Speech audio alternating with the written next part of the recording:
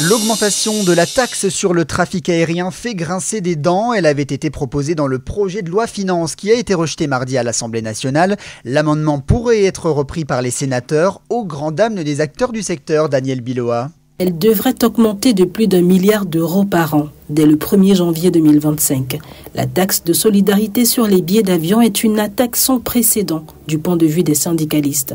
Le secrétaire fédéral de l'Union nationale des syndicats autonomes, Yves Jolin, y voit un danger pour la compétitivité de l'aviation française. Quelles sont les conséquences pour nous à l'avenir? C'est que les passagers habitant en France vont préférer prendre des compagnies étrangères au départ de l'étranger de façon à faire des économies entre 100 et 200 euros sur un billet d'avion. Et ce qu'on a peur, c'est que l'impact sera sur l'emploi total des compagnies françaises. Cet amendement relatif au projet de loi de finances 2025 sème également un vent d'incertitude sur le marché de la vente des billets d'avion, tel que l'explique Baptiste Gibault, directeur d'une agence de voyage à Nice. Le secteur de l'aérien a été impacté pendant le Covid. Il y a eu l'inflation, il y a eu l'augmentation des cours du pétrole et donc une répercussion sur les billets d'avion. Maintenant des taxes là qui vient s'ajouter à cela. Et effectivement, tout ça fait que c'est très cher. Derrière cette augmentation, il y a l'ambition du gouvernement de contenir les émissions de gaz à effet de serre en limitant la croissance du transport aérien.